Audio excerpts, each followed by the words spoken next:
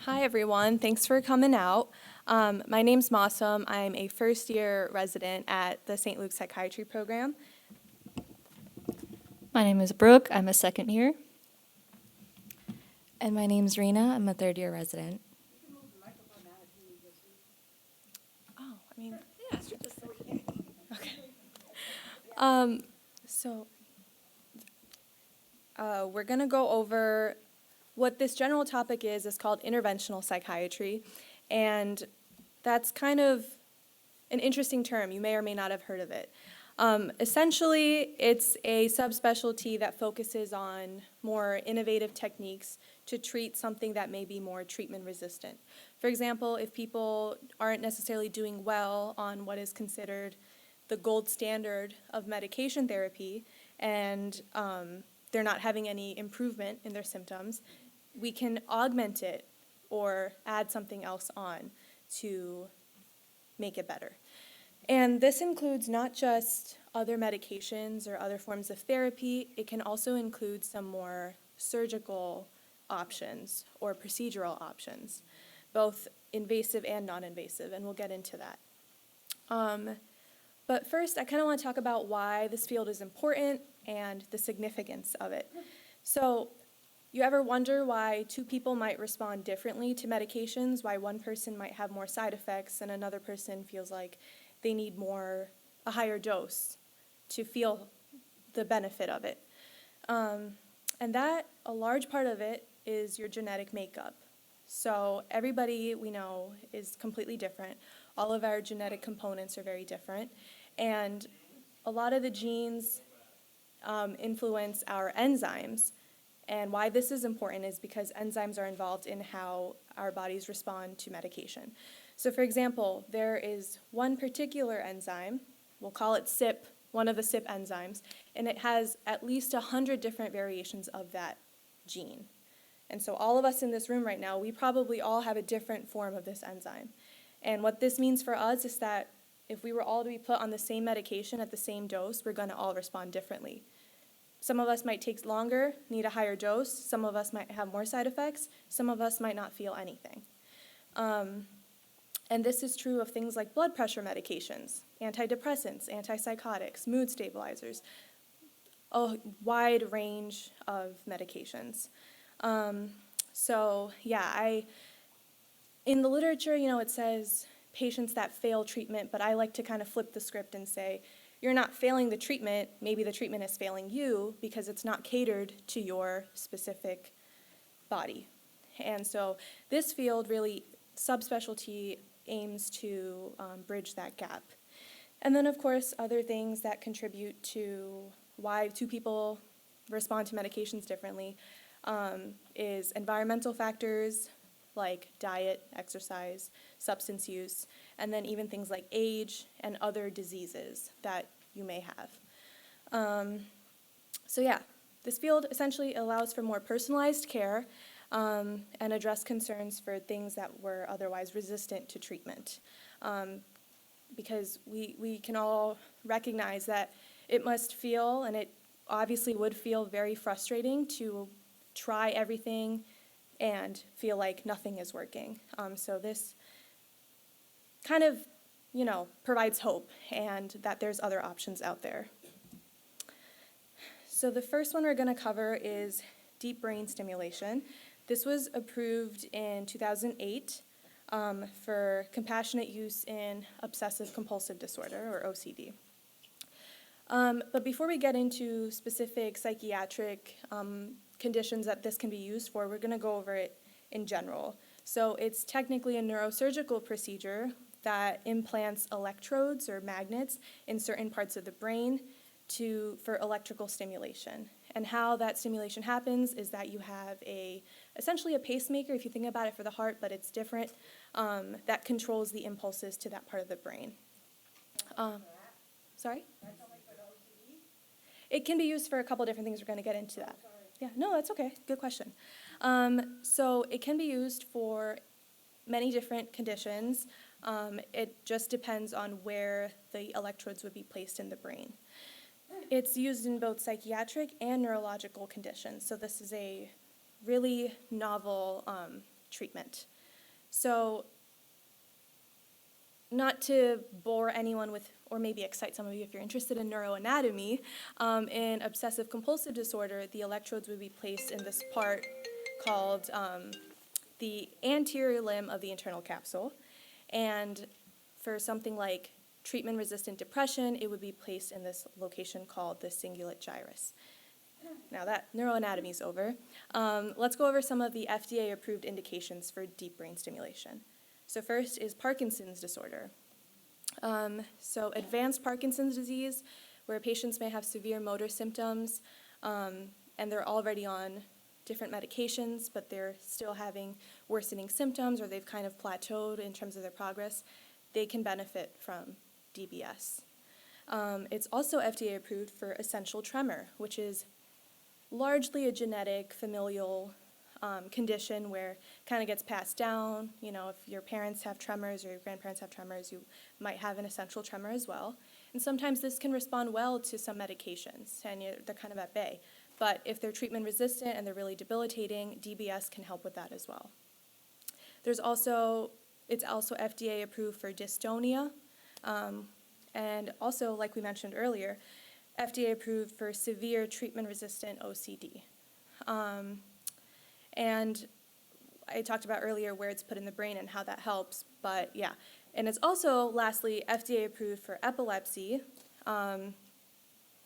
in combination with other anti-epileptic medications.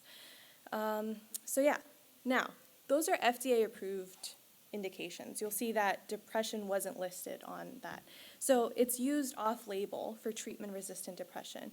And, you know, we go to bat against insurance companies, just well documenting how many medications or classes of medications somebody might have had issues with. And a failure is technically considered not a good response to it or intolerable side effects, because we don't want, you to feel worse. So yeah, it's pretty novel, and it's very unique to the individual. So we're putting it at different parts of the brain depending on what it's being used to treat, either Parkinson's, essential tremor, versus OCD, major depression, and epilepsy. There's also up-and-coming research about its benefits in being used for chronic pain disorders, Tourette's syndrome, Huntington's disease, and even tardive dyskinesia. And there's newer research showing that it could be beneficial in things like Alzheimer's.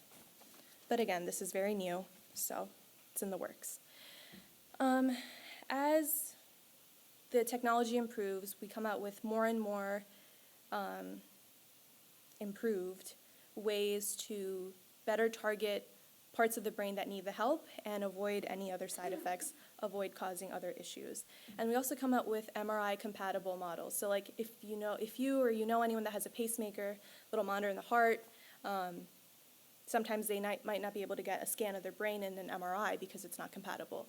It's the same case for DBS, but they're coming out with more and more MRI-compatible models. Yeah, so we talked about all the good stuff with DBS. Let's talk about some of the drawbacks. So first, like I said, it is a surgical procedure to get DBS, so you get all the potential side effects that come with any kind of surgery.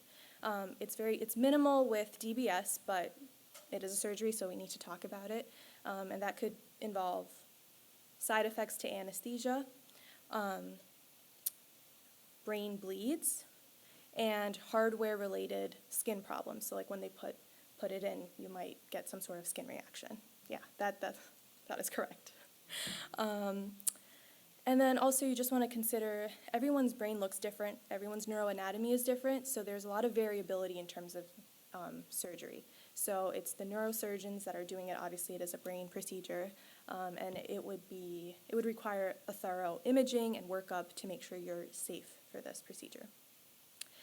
Side effects of the electrodes itself or the stimulation itself really just has to do with where the electrodes are going. So for example, for treatment of things like Parkinson's disease or essential tremor, those are motor disorders. So a lot of times the electrodes are being placed in this part of the brain called the subthalamic nucleus. That controls a lot of our movements. What comes with that though is unwanted side effects, maybe. So the subthalamic nucleus kind of houses a lot of other functions in the brain, and so as a side effect, you might get things like trouble with balance, speech, and even some cognitive impairment, some mood disturbances. So, all in all, DBS is very promising, but does come with drawbacks. And so before anybody is a candidate for this, they need to have a thorough psychiatric evaluation for the chronicity and the severity of their symptoms. And they also need a medical evaluation to see that they're safe for anesthesia and surgery, and then obviously a neurosurgical clearance. So it's a multidisciplinary approach, but it is beneficial to people that need it. So here's a picture of what it would look like.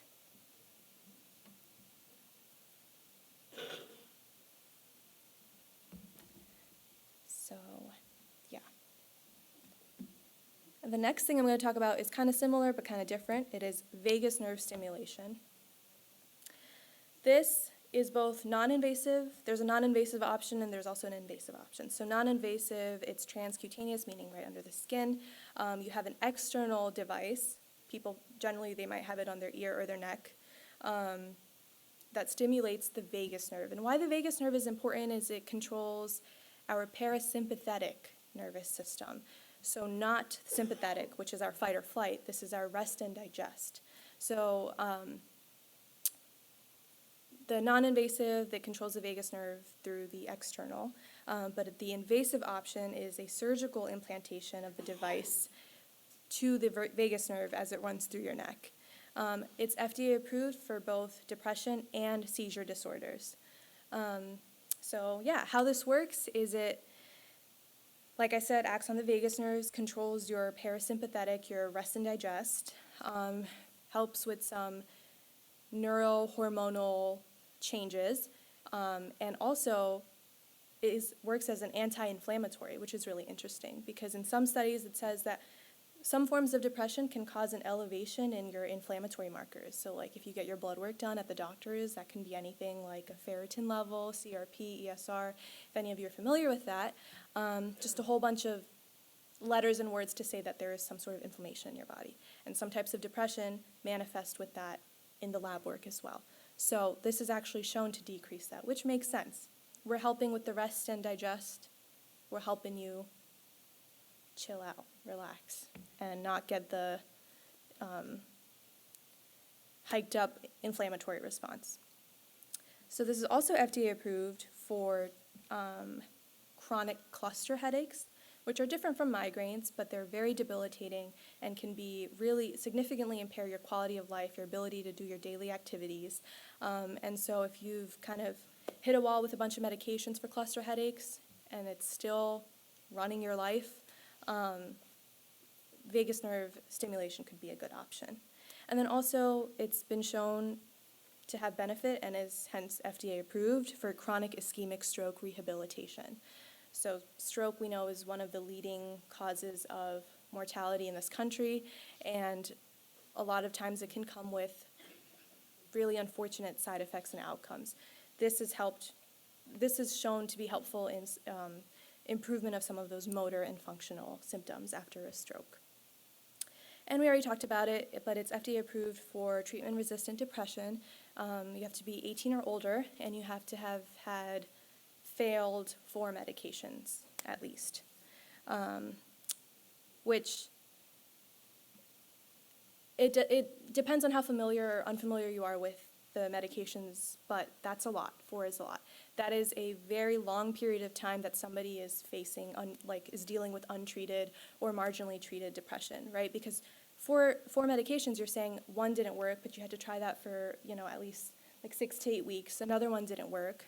You have to wean off that, then try another one, and then try another one, and then try another one. And this is for insurance purposes where they want to see that you failed at least 4, but it's not fair to patients because you guys we deserve to feel better sooner, and when options exist for us, they should be available to us. But we know that we always run into issues with insurance because things are very expensive, even if they don't need to be.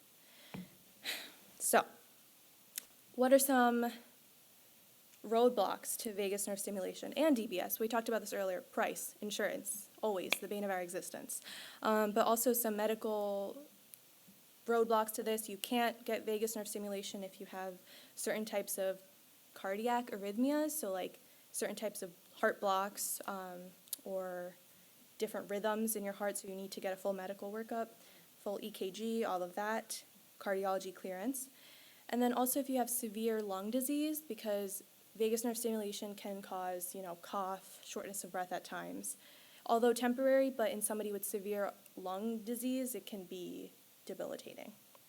And then also, some other things to consider is if somebody needs MRIs a lot, like if they have an extensive neurological history or things like that, then you need to consider, because some of these models are not compatible with MRI. And another thing we're going to talk about later is TMS, transcranial magnetic stimulation. So this is kind of contraindicated with that because some of the magnetic components of this are not compatible with the TMS. So, yeah, and this concludes this part of the more surgical parts of our interventional options here, and I'm going to give it to Brooke, who's going to talk about some of our up-and-coming medications. So, oh wait, is there a picture? Yes, there is a picture. So this is the vagus nerve stimulation. This is showing the invasive one, but the non-invasive one, just picture this externally. It's a version of that externally, like on the ear. So, yeah. Thank you, Mosam. So I'm Brooke. I'll be talking about some of the recently approved FDA medications for some of these treatment-resistant psychiatric disorders. The first one you guys may have heard of, called intranasal esketamine, or Spravato. This one was recently FDA approved in 2019. This is approved for treatment-resistant depression, but you only had to have failed 2 prior antidepressants, unlike what we just talked about, where it was 4 prior antidepressants. Advantages are it's rapid acting and it's very effective. Disadvantages is it has to be monitored in a supervised medical setting. You can't do it at home. You have to be in a clinic, and you have to be monitored for 2 hours after you get it.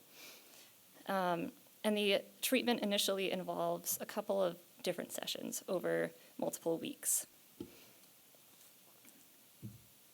So this is the overall process of receiving Spravato. Number 1, you have to be medically and psychiatrically cleared prior to getting it. You have to be enrolled in something called a REMS program. So this program is something that we as providers have to use when medications can cause severe side effects. And using these programs helps us monitor these side effects to make sure that they're not happening. With every medication, there are side effects. So it's always important to have conversations about the risks versus the benefits. Step 2 is, of course, there are COVID-19 precautions. You have to wear masks, et cetera. And this medicine is actually self-administered by the patients after they're trained for using this inhaler. The doses are self-administered at 5-minute intervals, and you go through 2 to 3 inhaler sessions. The effects, like I said before, are very rapid. These include reduced symptoms of your depression and altered consciousness, including things like sedation and dissociation. It's also important to monitor for the side effects that I was talking about that can include high blood pressure, tachycardia or a fast heart rate, and nausea. The duration of these immediate symptoms can be 5 to 10 minutes, but they peak around 15 to 45 minutes, and then they decrease between 45 minutes and 2 hours, which is why you have to be monitored in the clinic after you get it for 2 hours. After the treatment, like I said, the patients stay in the clinic for 2 hours, and the treatment schedule is twice weekly for 4 weeks, once a week for 4 weeks, and then as needed. So that's Spravato. Question? But not many doctors do that, not many psychiatrists, and, well, the ones I've called said you have to be their patient because it's fairly, since it's, well, they say it's new, but Yep. you have to be their patient. So because my psychiatrist told me to look for somebody to do it, but everyone I called either doesn't do it or you need to be their patient. Yeah, it's very new. It was recently approved in 2019, like I said, and because of these severe side effects, not a lot of people are doing it, but it has shown very good potential in treatment-resistant depression. Yeah, that's what my psychiatrist said. Yeah. Hopefully, as the years go by, it'll become more available to patients and more psychiatrists will be doing it. But unfortunately, because these are so new, not a lot of people are doing it just yet. Question. You mentioned about the REMS program. Is there any kind of lab monitoring, like with Clozaril, that's part of the REMS program? The REMS program for esketamine. I have it written in my notes. I believe the only monitoring you really have to do is it monitors to ensure that these facilities are giving them out and that the patients aren't getting them to take them home or anything like that. And it makes sure the patients stay in the clinics for at least 2 hours after they receive the dose. I don't believe that there's any lab work involved.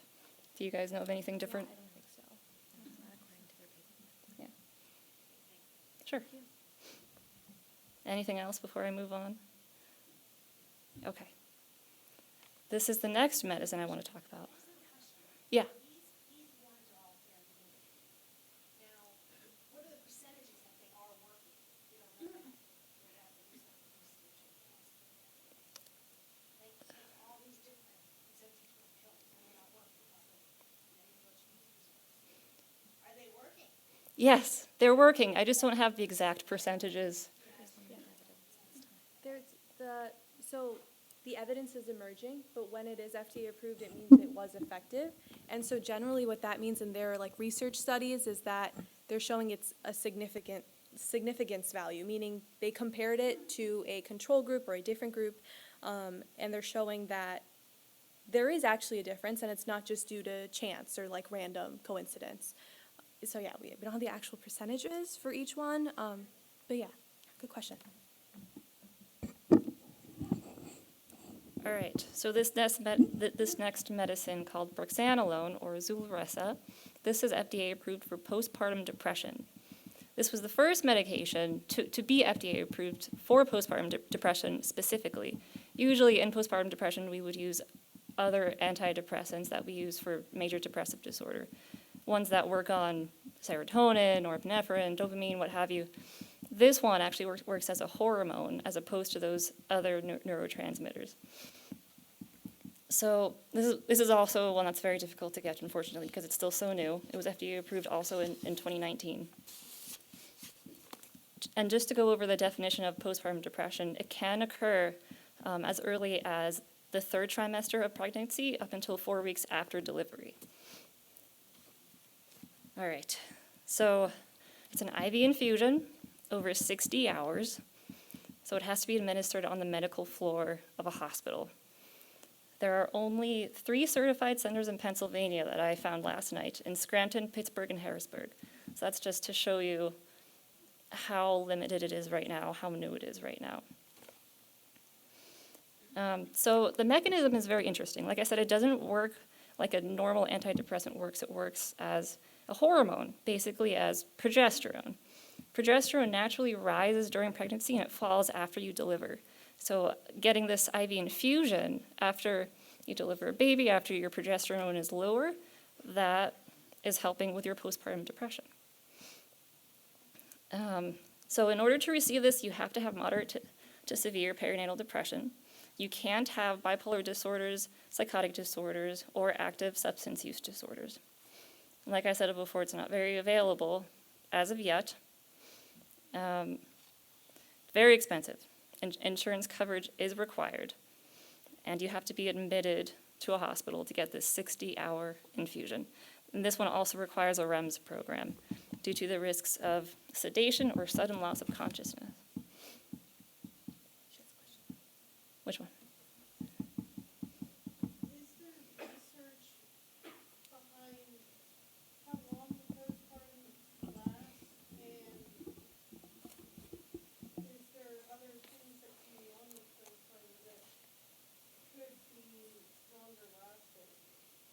Are you talking about how long this medication lasts after you use it? if you're diagnosed postpartum, how long does that last? And how do you determine that postpartum hasn't turned into, like, say, bipolar? That's an excellent question, and that it is all about timing. So in order to have postpartum depression, it has to last at least 2 weeks. It can last longer than 2 weeks, but I don't know if there's a time limit on how long it lasts. In order to be diagnosed with bipolar disorder, you have to have at least one manic episode in your lifetime. I don't know how many of you are familiar what a manic episode is. Raise your hands. Okay, so most of you know what it is. It's obvious when someone is having a manic episode, you know they're manic. And if they're manic, then they can't get this. Or if they've ever had a manic episode in the past, they can't get this medicine.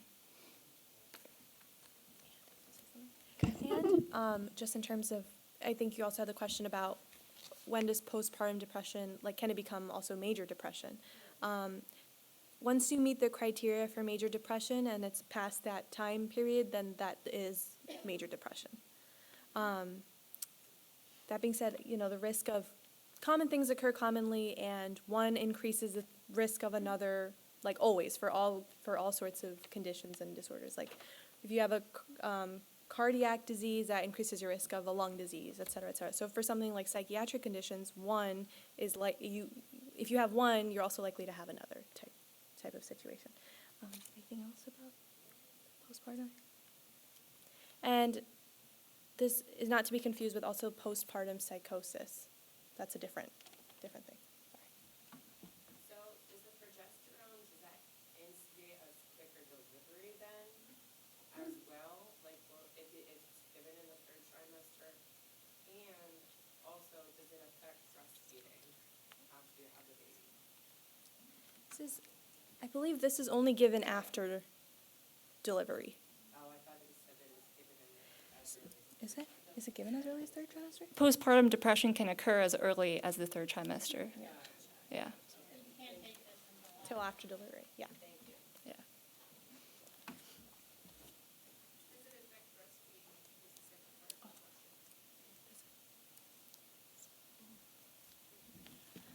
In regards to the effects on breastfeeding, at this time, likely there's limited evidence. So as a result of that, the literature is limited in terms of what the long-term effects are. That being said, likely the FDA recommendation is to avoid during breastfeeding as a result of the lack of awareness of what will occur due to the lack of patients who have been on it long-term and have also breastfed.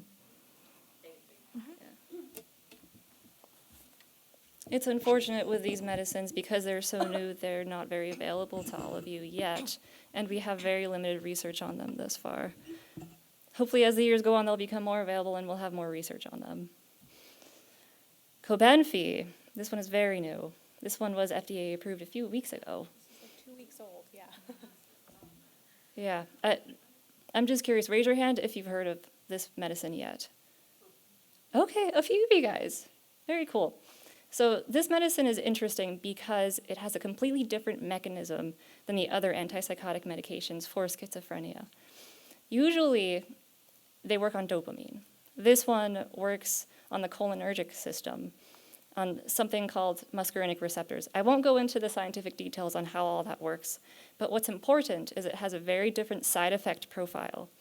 With the traditional antipsychotics, you can get side effects like what we call extrapyramidal symptoms, which are movement disorders, basically, like Parkinson's symptoms. You can get tremors, you can feel like you're so restless you can't sit still. It can cause sedation, weight gain. That's all because of dopamine. This one doesn't work on dopamine, it works on something else. So like I said, it was FDA approved a few weeks ago. It has these two different medicines inside of it. It has xanomeline and trospium. These actually have two separate mechanisms.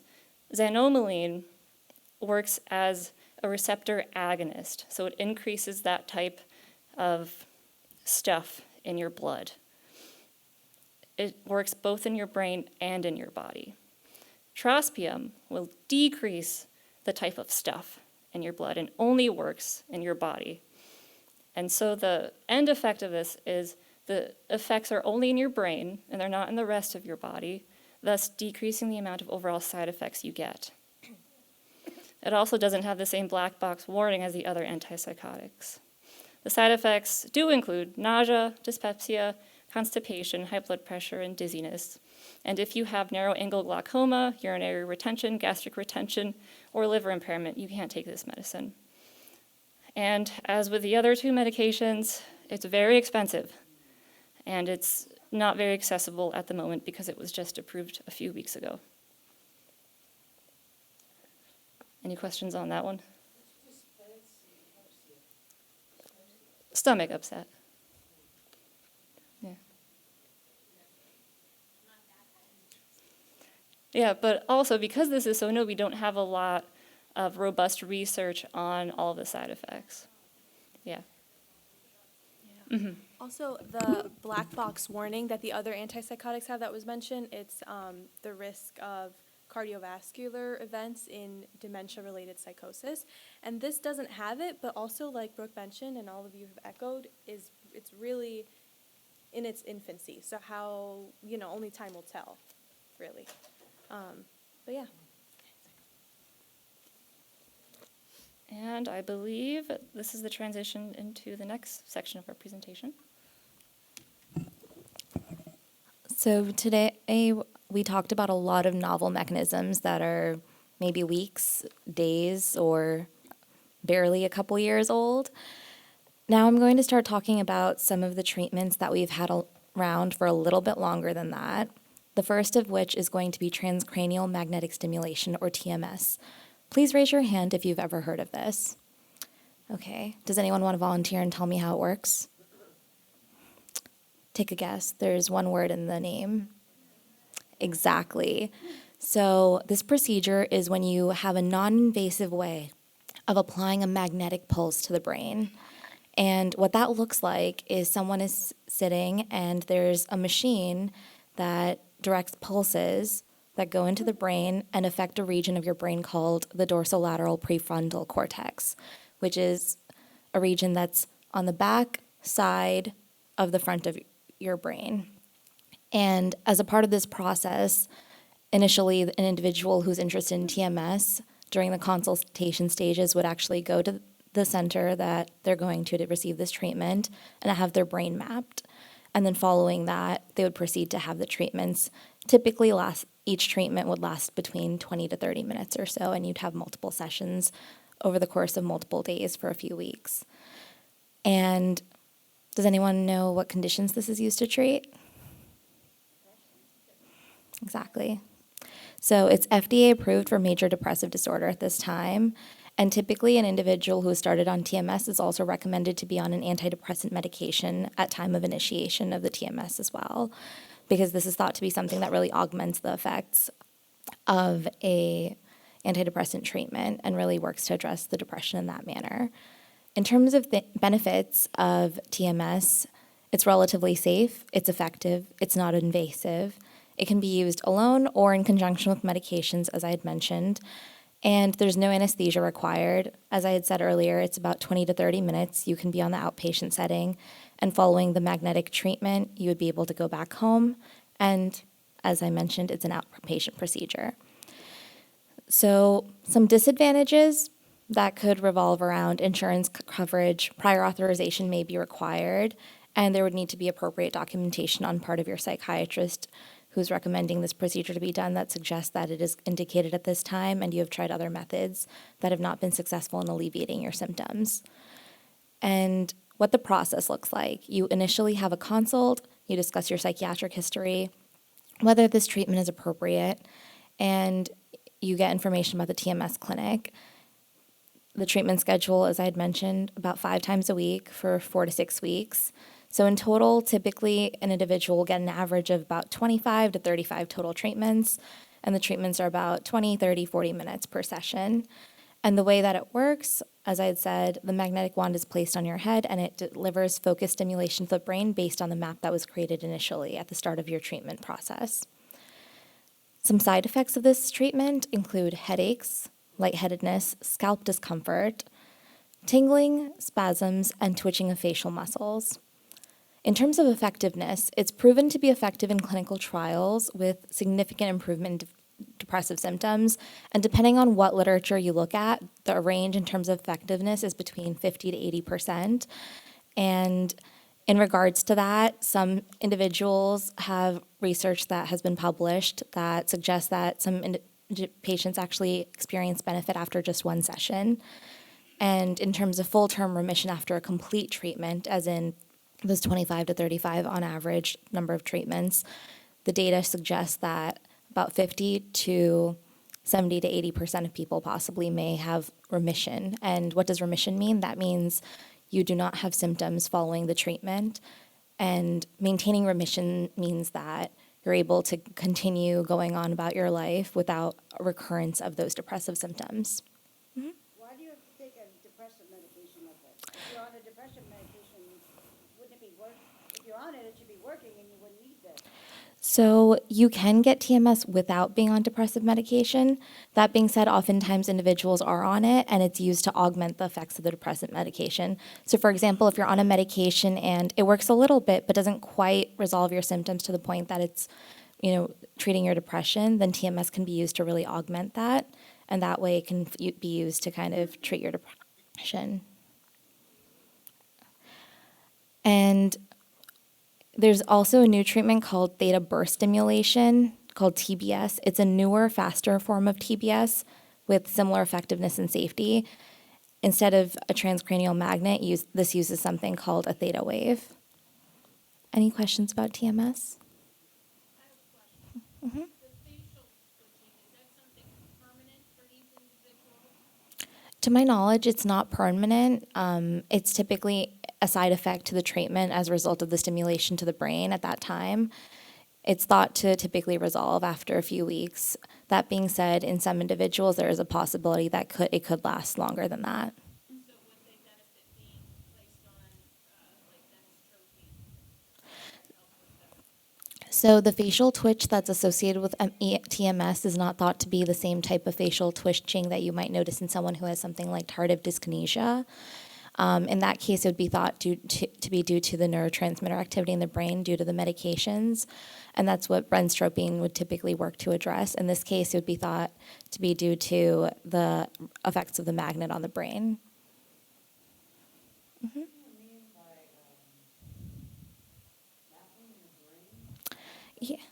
Yeah, so what I mean by that is during TMS, they have to know what region of the brain they're trying to target with the magnets. So during your first session, the doctor actually sits with you and the device is used to essentially fit the device to your head and determine what region the magnet would target in your brain.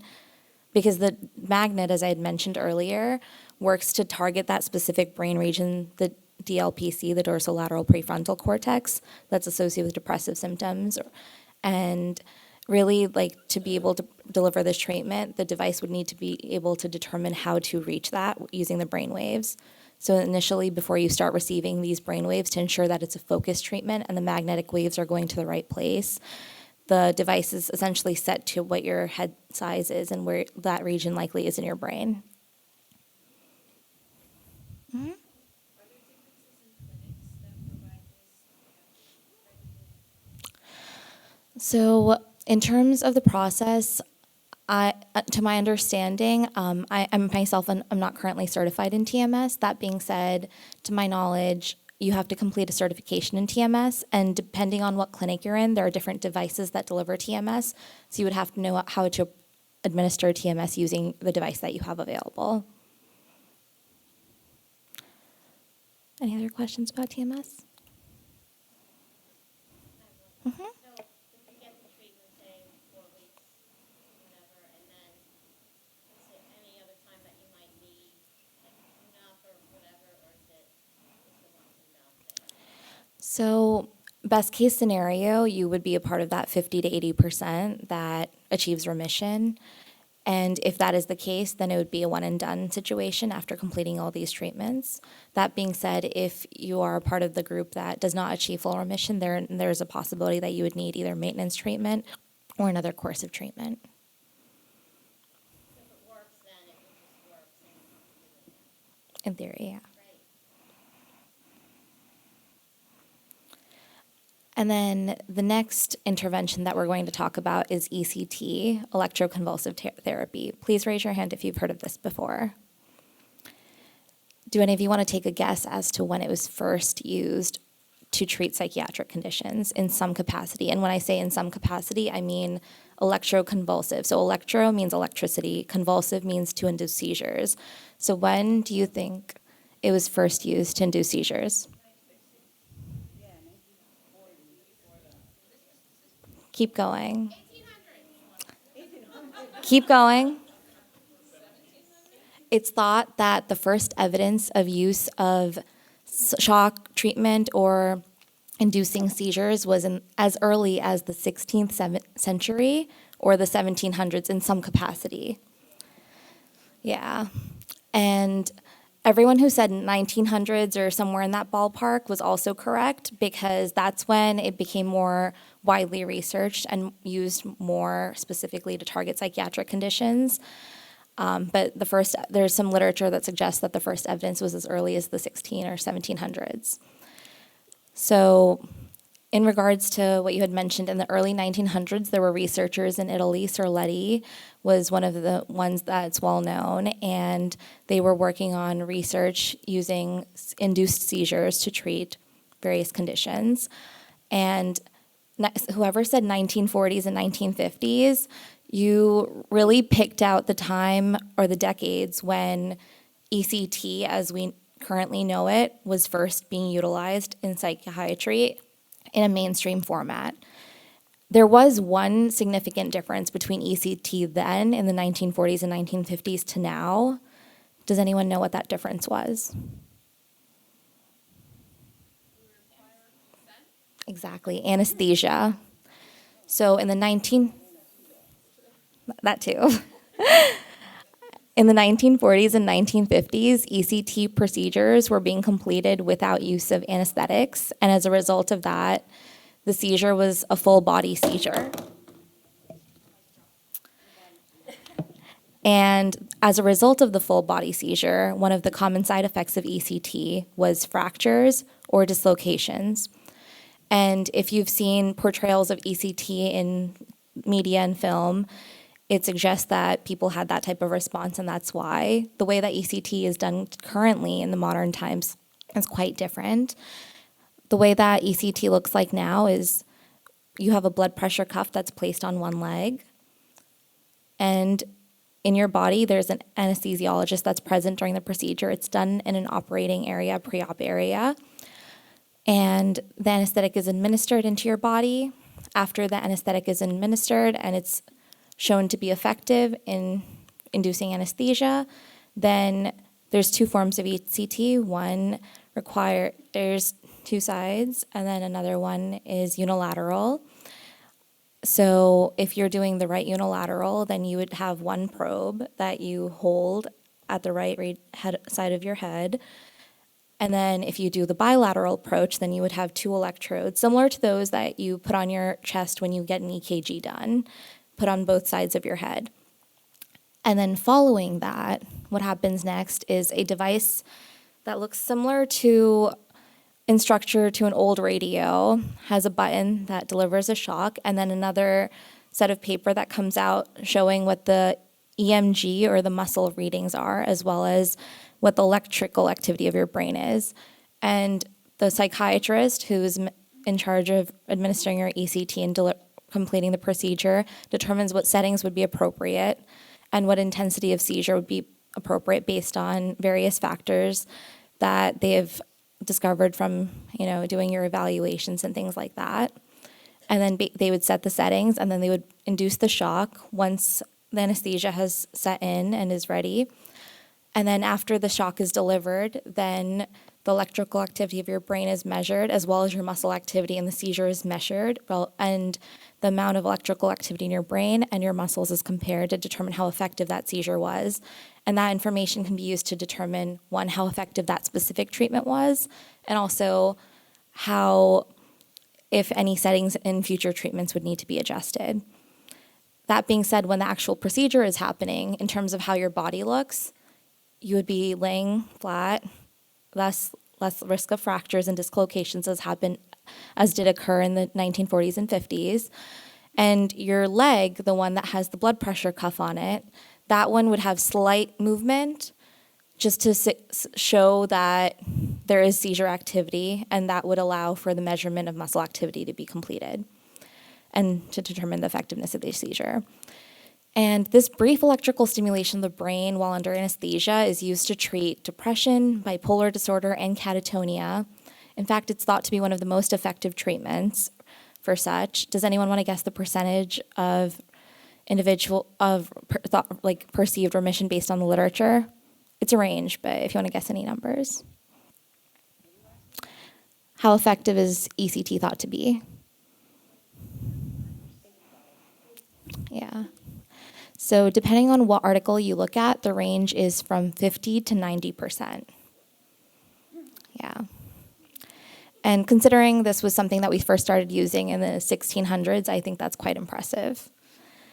The advantage of ECT is that it's highly effective, as you all just told me, for severe depression, especially when treatment-resistant depression is being treated. It's rapid acting. It can be effective for patients who also have psychotic symptoms in their depression or catatonia, which is a severe condition where you might not move as much, you might not talk as much, and you may not be active. And it's generally safe in pregnancy. As we discussed earlier, a lot of medications are not indicated in pregnancy.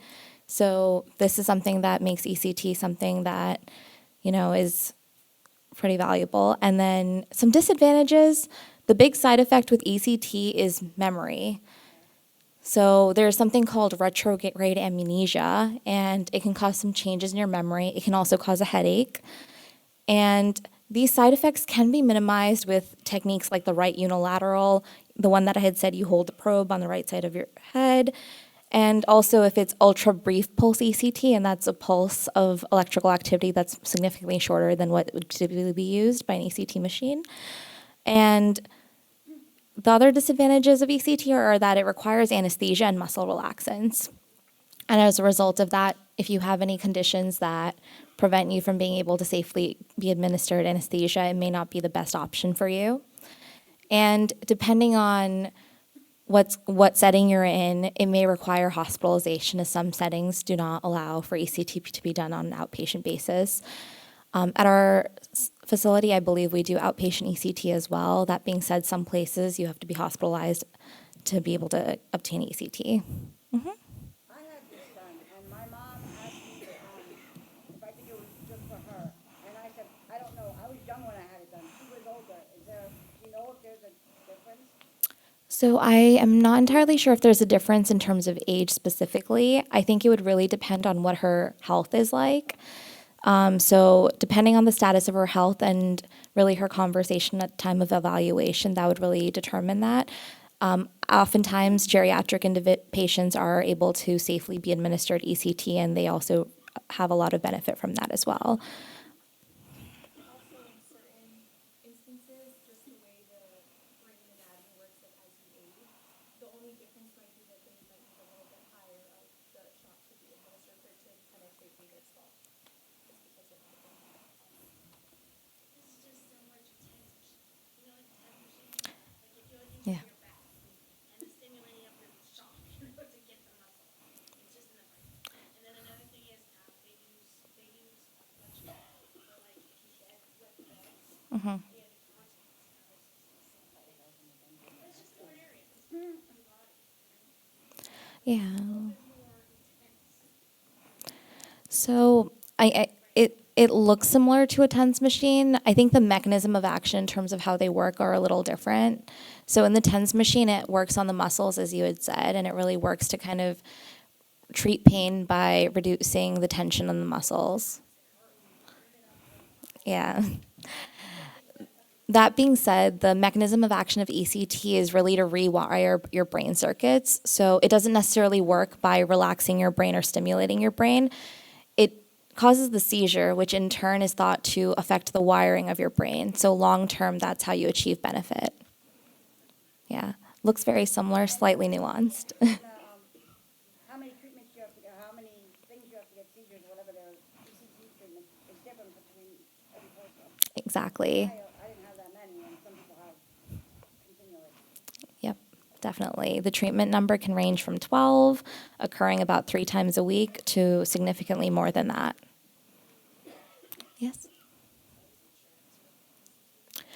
So again, ECT is, I believe, relatively easier to obtain insurance coverage for compared to the other procedures. That being said, ECT is also not a first-line treatment. It's used for individuals who have some what we call refractory to treatment with other medications. So they haven't achieved benefit with medications, and you typically have to document that they've, as was phrased earlier, failed 2 trials due to not being able to tolerate the medication as a result of side effects or as a result of just not having benefit in their psychiatric symptoms as a result. And that would need to be well documented. Following that, depending on what your situation is, it's relatively easier to get coverage for than others. Any other questions?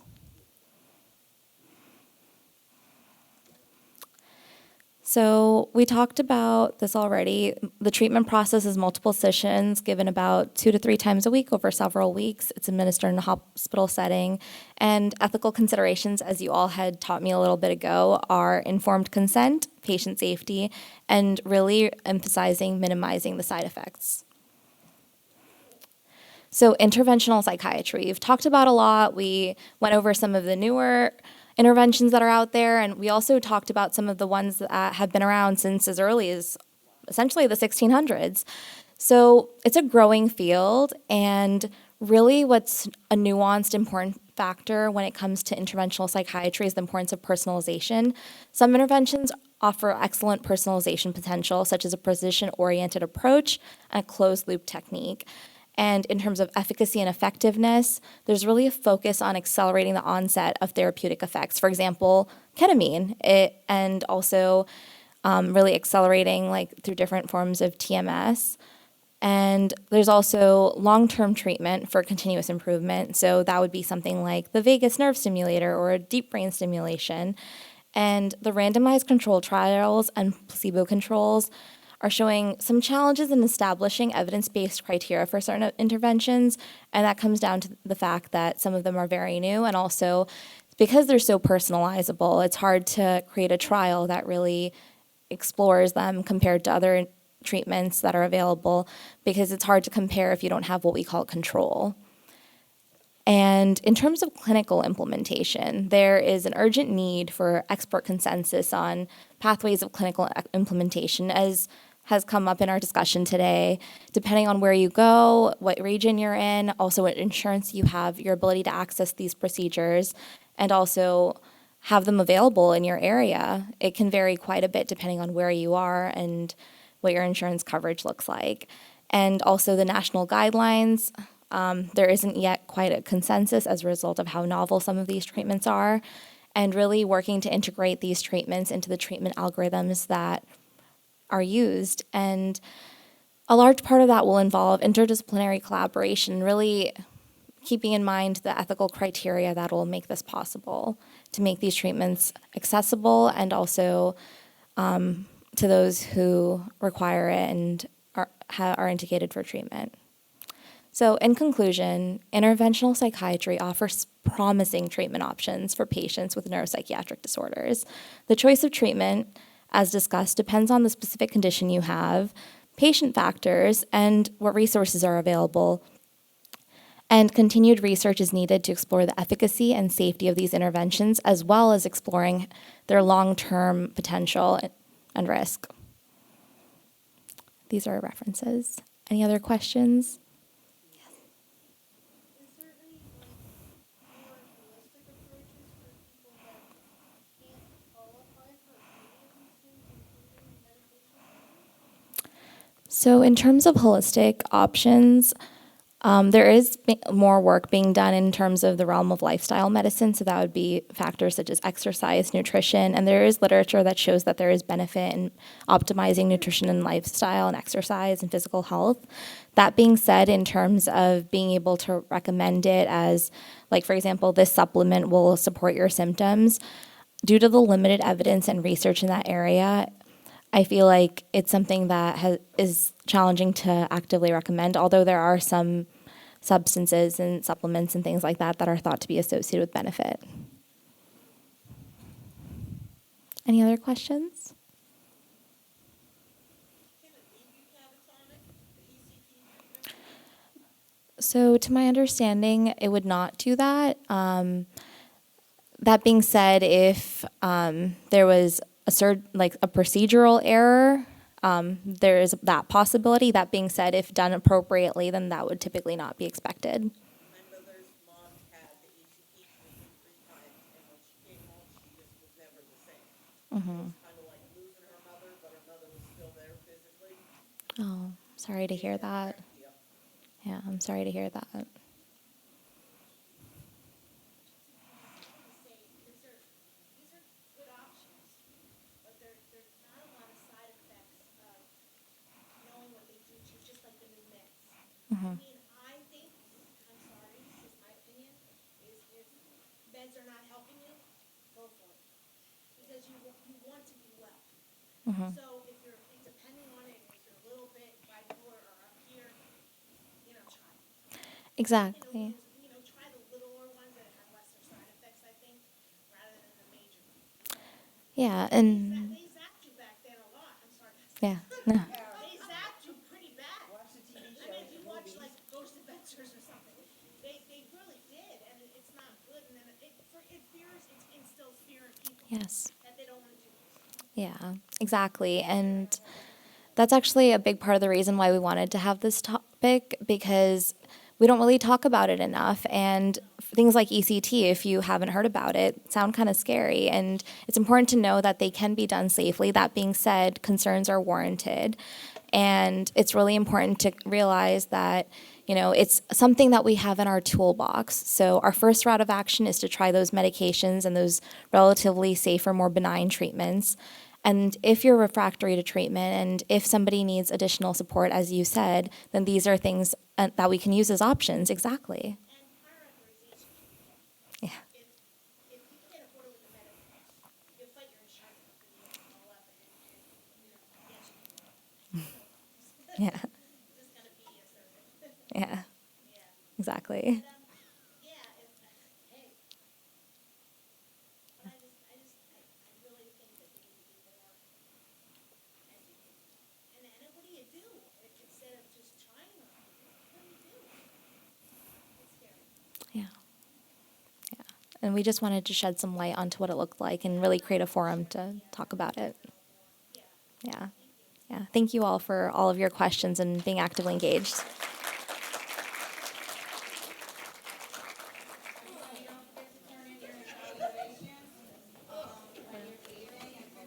Oh, wait, yeah, you can just unplug your flash drive. Do the thing where you press the button and. Is this a mouse? No, this is the controller. It's the clicker.